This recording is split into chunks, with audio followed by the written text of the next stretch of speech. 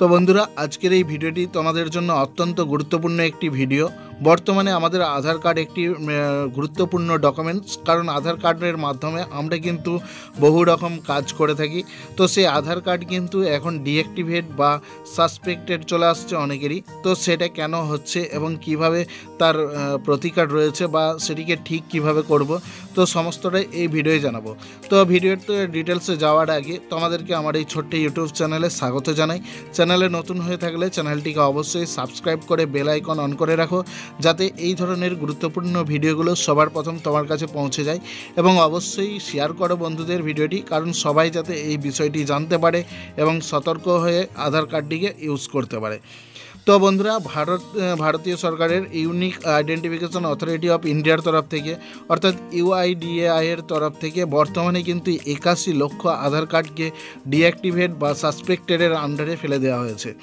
তো এইখানে তোমাদের আধার এনরোলমেন্ট অ্যান্ড আপডেটের যে রেগুলেশনস রুলস অ্যান্ড রেগুলেশনস রয়েছে 28 এবং 27 ধারা, তো সেইখানে তোমাদের আধার কার্ডের যে ডিঅ্যাক্টিভেট বা সাসপেক্টেডের যে রুলস রয়েছে, তো সেই রুলস অনুযায়ী কিন্তু অনেকেরই আধার কার্ড ডিঅ্যাক্টিভেট হতে পারে, বা তুমি যে আধার কার্ডটি ইউজ করছো সেটাও কিন্তু ডিঅ্যাক্টিভেট হয়ে যেতে পারে। তো ডিঅ্যাক্টিভেট হয়ে গেলে তোমরা কিন্তু আধার দিয়ে কোনো কাজ আর করতে পারবে না। তো তার জন্যই তোমাদেরকে আগের থেকেই সতর্ক হতে হবে। এবং অবশ্যই যদি এই রকম সমস্যার সম্মুখীন হয় যে তোমার আধার কার্ডটি ডিঅ্যাক্টিভেট হয়ে গেছে, তাহলে তুমি কি করবে সেটাই আমরা কিন্তু এই ভিডিওর মাধ্যমে সম্পূর্ণটা জানাবো। তো বন্ধুরা, প্রথমেই তোমাদেরকে বলে রাখি, আধার কার্ড কিন্তু ডিঅ্যাক্টিভেট বিভিন্ন কারণে হতে পারে। যেমন ধরে নাও তুমি আধার কার্ডটি করেই নিয়েছো, এবার সেই আধার কার্ডটি কোনো কাজে ইউজ করেনি, তো সেই ক্ষেত্রে তোমার আধার কার্ডটা সেই অবস্থায় পড়ে রয়েছে। তো এইখানে UIDAI এর যে ডেটা রয়েছে তারা কিন্তু সেই ডেটা কালেক্ট করে জানতে পারে যে আধার কার্ডটা তোমাদের কোনো কাজের জন্য নয়, তো সেই ক্ষেত্রে সেই কার্ডটিকে ডিঅ্যাক্টিভেট করে দিতে পারে।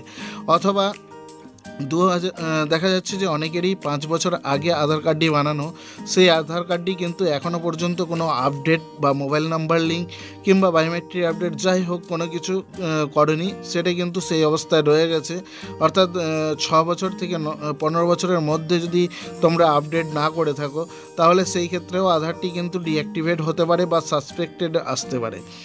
এছাড়াও তোমাদেরকে বলে রাখি, একই নামে অনেকগুলি আধার কার্ড রয়েছে, সেই ক্ষেত্রেও কিন্তু আধার আর তোমাদের ডিঅ্যাক্টিভেট হতে পারে।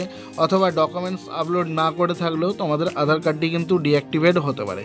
তো তোমাদের কাছে যে আধার কার্ডটি রয়েছে সেটা ঠিক আছে কিনা কীভাবে বুঝবো দেখো। তো সেটি দেখার জন্য ফার্স্ট গুগলকে ওপেন করে নেবে, তারপর গুগলে এসে টাইপ করবে UIDAI। তো UIDAI লিখে এন্টার দেবে। এন্টার দিলে কিন্তু তোমাদের কাছে এরকম একটা পেজ শো হবে। তো এখানে প্রথমে রয়েছে দেখো https://uidi.gov.in। তো এইখানে নিচে UIDAI এর উপরে ক্লিক করে দেবে। তো ক্লিক করার পর এই ঘর থেকে ল্যাঙ্গুয়েজটাকে সিলেক্ট করে নেবে ইংলিশ। তো সিলেক্ট করার পর এখানে চলে আসবে।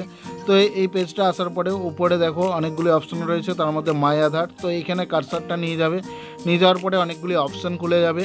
তো ডান দিকে রয়েছে দেখো মিডিল করে আধার সার্ভিস। তো আধার সার্ভিসের আন্ডারে অনেকগুলি তোমাদের অপশান রয়েছে, তার মধ্যে নিচে রয়েছে চেক আধার ভ্যালিডিটি। তো এখানেও ক্লিক করতে পারো, অথবা উপর দিকে একটা অপশান রয়েছে দেখো verify and Aadhaar number, just এর উপরেও ক্লিক করতে পারো। তো এখানে ক্লিক করার পরে এখানে লগ ইন পেজ আসবে, এখান থেকে লগ ইন করতে পারো। অথবা একটু স্ক্রল করে নিচের দিকে চলে আসলে তোমরা অনেক অপশান পেয়ে যাবে, যেমন ডকুমেন্টস আপলোড, আধার অ্যাড্রেস আপডেট, সমস্ত কিছু অপশান তোমরা পাবে। PVC card order. তো এইখানে তেমন রয়েছে একটা চেক আধার ভ্যালিডিটি, এই অপশানের উপরে ক্লিক করবে।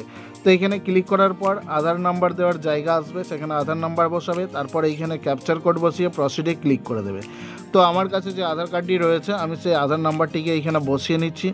এবার যে ক্যাপচার কোডটা ডান দিকে শো হচ্ছে, সেই ক্যাপচার কোডটা এইখানে ইন্টার ক্যাপচার ঘরে লিখে দেবো। তো লেখা হয়ে গেলে নিচে দেখো প্রসিড অপশান রয়েছে, জাস্ট প্রসিডে ক্লিক করে দেবো। তো আমি বসিয়ে নিয়েছি, এবার জাস্ট প্রসিডে ক্লিক করছি। তো ক্লিক করার সাথে সাথেই দেখো এখানে একটা তোমাদের শো হচ্ছে স্ট্যাটাস আধার নাম্বার, যে নাম্বারটা এন্ট্রি করেছি সেটা has been deactivated under regulations 28 of Aadhaar enrolment and update regulation 2016। অর্থাৎ 2016 সালের যে এনরোলমেন্ট এবং আপডেটের যে রুলস এবং রেগুলেশনস রয়েছে সেই মোতাবেক আমাদের এই আধার কার্ডটিকে কিন্তু ডিঅ্যাক্টিভেট করে দেওয়া হয়েছে। তো এইভাবে তোমরা তোমাদের আধার কার্ডটি ঠিক রয়েছে কিনা চেক করতে পারবে। এছাড়াও আমরা এর ড্যাশবোর্ডে চলে যাব। তো ড্যাশবোর্ডে চলে যাওয়ার পর এখানে লগ ইন অপশানে ক্লিক করব। তো লগ ইনে ক্লিক করলে সেম আধার নাম্বারটিকে আমি এই ঘরে বসিয়ে নেব। তো আধারটিকে বসানো হয়ে গেলে যে ক্যাপচার কোডটা শো হচ্ছে সেই ক্যাপচার কোডটা আমি এন্টার ক্যাপচার ঘরে বসিয়ে নেব। তো বসানো হয়ে গেলে এখানে দেখো লগ ইন উইথ ওটিপি অপশানে ক্লিক করে দেবো। তো ক্লিক করার সাথে সাথেই কিন্তু এই মেসেজটি শো হচ্ছে, your Aadhaar has been suspended or cancel, please verify the validity of your Aadhaar at https://resident.uidi.gov.in/verify। তো আমার এই আধারটিকে কিন্তু বর্তমানে সাসপেক্টেড করে দেওয়া হয়েছে এবং আধারটি পুরোপুরি এখন বন্ধ হয়ে আছে। এই আধার দিয়ে কিন্তু বর্তমানে কোনো কিছু কাজ করা যাবে না। তো এবার আমাদের যেটা মাথায় এরপর প্রশ্ন হলো, আমরা আধারটিকে ঠিক করব কিভাবে। তো আধারটিকে ঠিক করার জন্য যেটা করতে হবে, যে কোনো তোমাদের এনরোলমেন্ট সেন্টারে যেতে হবে। তো এনরোলমেন্ট সেন্টারে যাওয়ার পরে সেখান থেকে তোমাদের যে বায়োমেট্রিক আপডেট হয় সেই বায়োমেট্রিকটিকে আপডেট করে নেবে। তো বায়োমেট্রিক আপডেট করে নিলে অনেক ক্ষেত্রেই কিন্তু এই তোমাদের যে ডিঅ্যাক্টিভেট হয়ে যায় আধারটি, সেটা কিন্তু পুনরায় অ্যাক্টিভেট হয়ে যায়। এছাড়াও যদি দেখা যায় যে সেটি ক্যান্সেল হয়ে গেছে এবং সেখান থেকেও হচ্ছে না, সেই ক্ষেত্রে কিন্তু আধারের যে হেড অফিস রয়েছে সেখানে তোমাদেরকে যোগাযোগ করতে হবে। সেখানে গিয়ে তোমাদের আধার এনরোলমেন্টটিকে কিন্তু নতুনভাবে আবার করতে হবে। তো এইভাবেই কিন্তু তোমাদের ডিঅ্যাক্টিভেট বা সাসপেক্টেডের যে আধার কার্ডটি রয়েছে সেটাকে ঠিক করে নিতে পারবে। তো বন্ধুরা, এই আজকের ভিডিওটি এই পর্যন্ত। ভালো লাগলে অবশ্যই লাইক করো, শেয়ার করো বন্ধুদের, এবং কোনো কিছু জানার থাকলে অবশ্যই কমেন্ট সেকশনে এসে জানাতে পারো।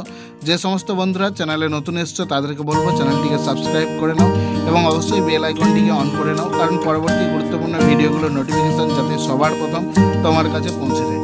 আর যারা ইতিমধ্যেই সাবস্ক্রাইব করে নিয়েছো তাদেরকে অসংখ্য অসংখ্য ধন্যবাদ। তো দেখা হচ্ছে পরের ভিডিও। ততক্ষণের জন্য ভালো থাকবে, সুস্থ থাকবে। জয় হিন্দ।